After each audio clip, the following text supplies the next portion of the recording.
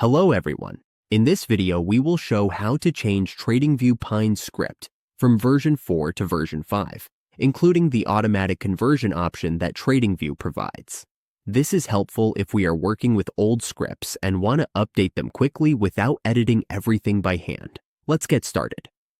First, we open our chart and click on the Pine editor. Then, at the bottom of the screen, we load the script that's written in version 4. We can check this by looking at the first line of the code, which usually says version 4. Now, here's the simple step that many people miss. At the top of the Pine editor, we click on the script name. This opens a drop-down menu. In that menu, we see an option that says Convert to version 5. We click it. TradingView will automatically update the script for us.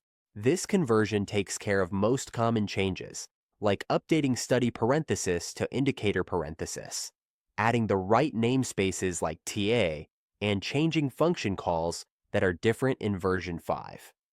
When the conversion is finished, we review the script quickly. Most of the time, it will run right away without errors. If there are errors, they are usually small and easy to fix, such as variable declarations or old functions that are no longer used. After that, we click Add the chart or Save to apply the updated script.